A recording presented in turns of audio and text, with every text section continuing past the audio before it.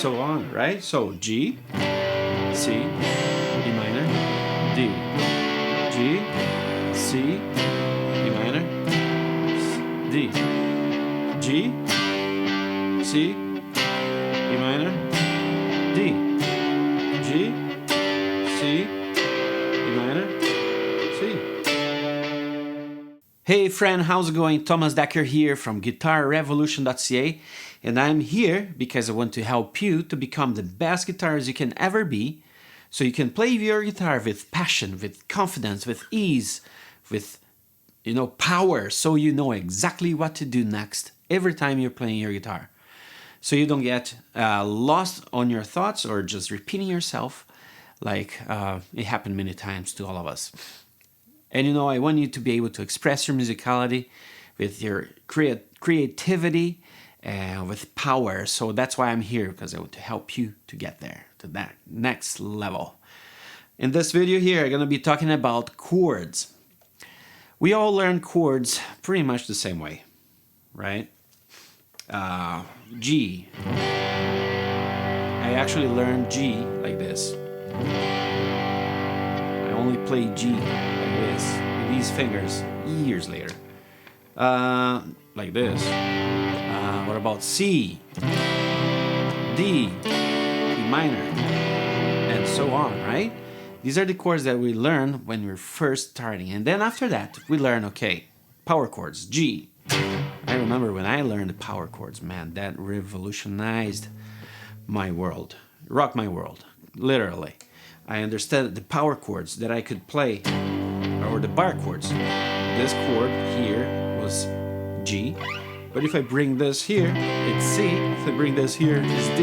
Man, that was like mind-blowing for me. It was a very, very important discovery. Power chords, right? G, D, E, C, E. There's no major minor on power chords, so that's why I'm not saying major minor. And a lot of us guitarists stop there. A lot of us, unfortunately, stop learning chords, and we start, oh no, I want to be a lead guitarist now. I want to play solo. Happened to me. I probably happened to you too, right? And that's okay. But hey, I'm here to tell you that there's more. There's more in the world of chords that you already know. And I'm just going to teach you here a few ways that I like to play very simple chord sequence. G, C, E minor, and D. Well, there's only 100 billion songs written with these chords, so I think this will help. And you can transfer whatever I'm teaching you here for different keys, okay? Okay, so let me go back here. G, right? You all know this big G here, campfire guitar. C, also from campfire guitar, right? E minor, and D.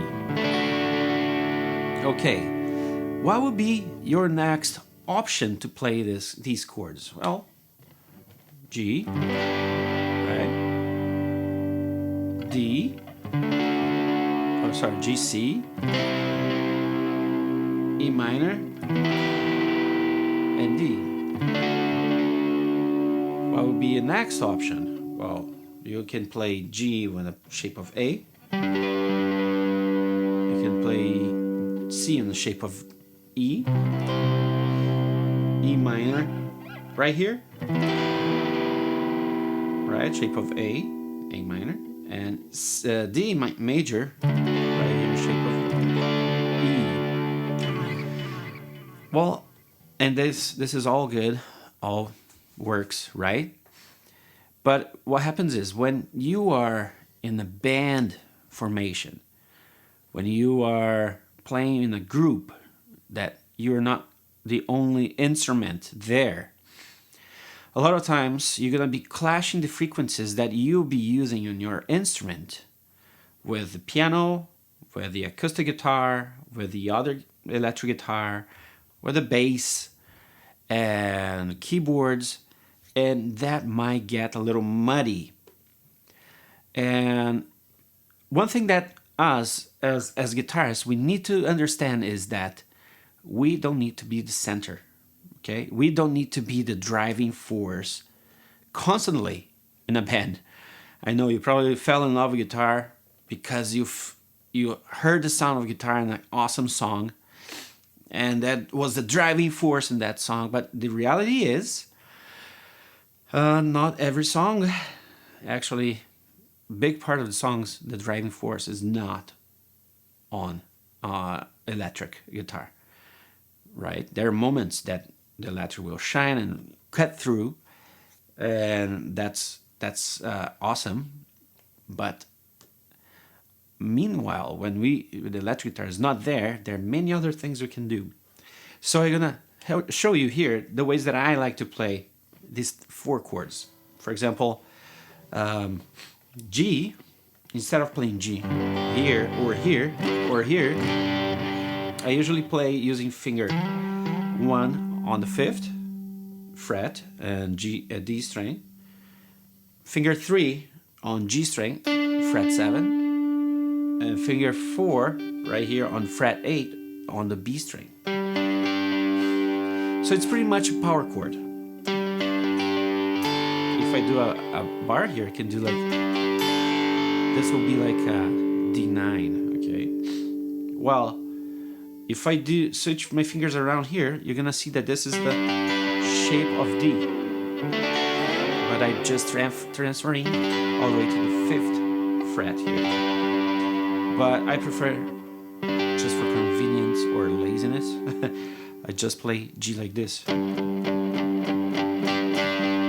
When C comes, I usually just lift my ring finger.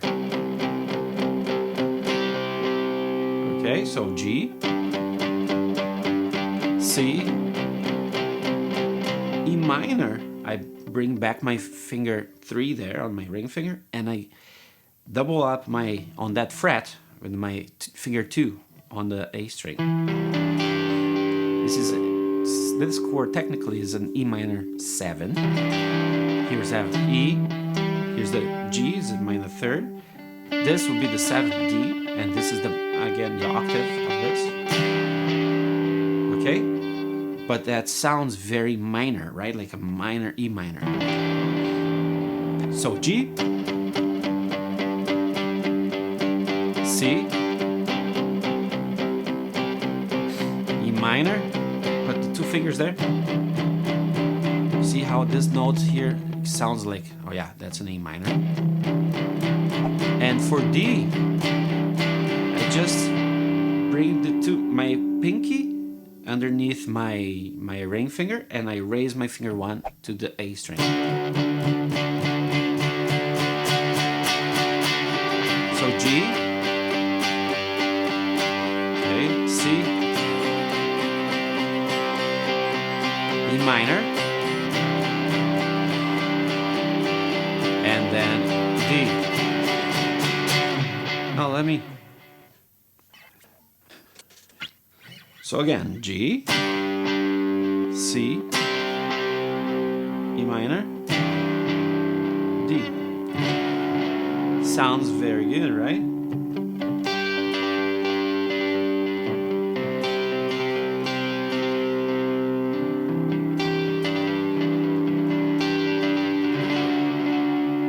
So it's very different than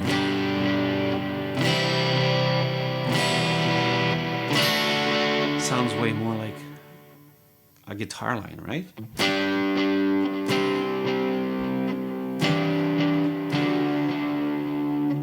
Okay, so these 4 shapes.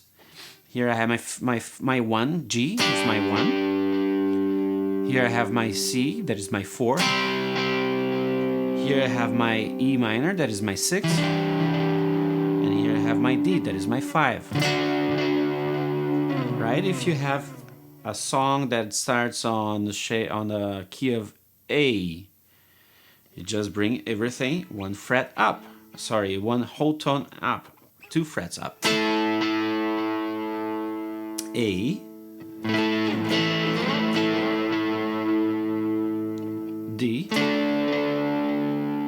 E minor or F sharp minor, and E. So this way, with these shapes, you're going to be cutting through all the other instruments. You're using less strings, and at the same time, your sound will be cutting through the mix. That's very important. Now let's say you have a very low verse. I can do the verse like this. Right? No problem.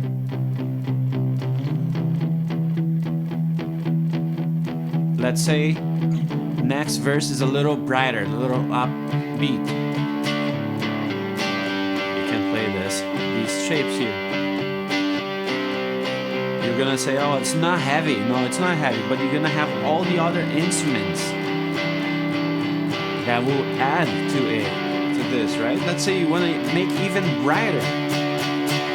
You can bring your finger 1 all the way to fret 12, and you can double that, or just add your pinky on the B string on the fret 15. Kind of like we did for C here. We're gonna do here on the 12.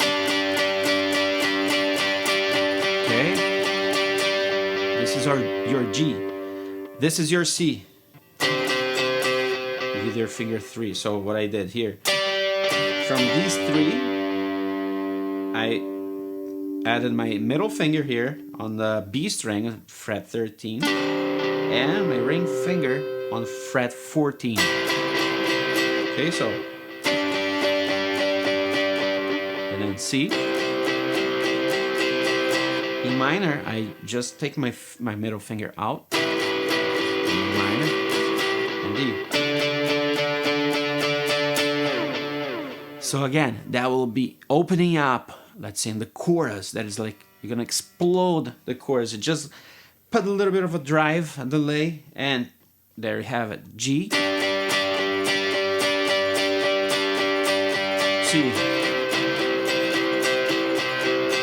E minor,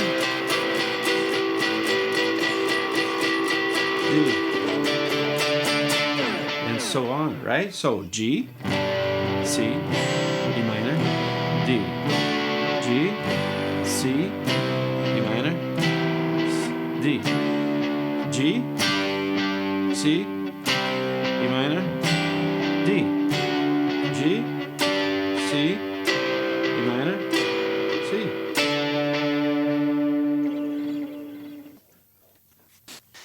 So these shapes, the way they are played here, they're showing you here, I use every single time when I'm on stage, when I want to layer guitars, when I know that I'm going to be playing in a big formation of a band, when I want to change and move the dynamics of a song from small and tight to big and open.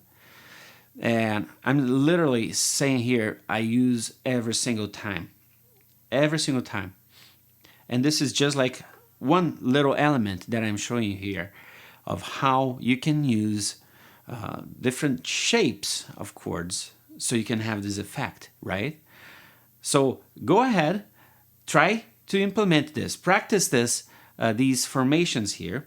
Try to implement in a few songs that you know that have these chords, and then try a different key as well. And you'll see how much more you can add to the context of a song, of a band situation, instead of just playing the big old boring chords, right? I mean, it's time to up your game a little bit on the chord section now, okay? Let's work on that. And if you want to learn more and you want to grow as a guitarist, break through the limitations that have been holding you back on your journey as a guitar player, I want to invite you to click the link below and watch the workshop I prepared for you. It's a workshop that I teach you 5 simple shifts that you have to make, that you have to do in your life, in your thinking, to actually hit your goals as a guitarist in record time. Even if you've been playing your guitar for like 30, 20, 30, 40 years, these 5 simple shifts will get you there in record time. So go ahead, it's free of charge. click the link below and watch that workshop. That's it for now, my friend. Don't forget to subscribe and to like this video, leave a comment, and see you in the next lesson.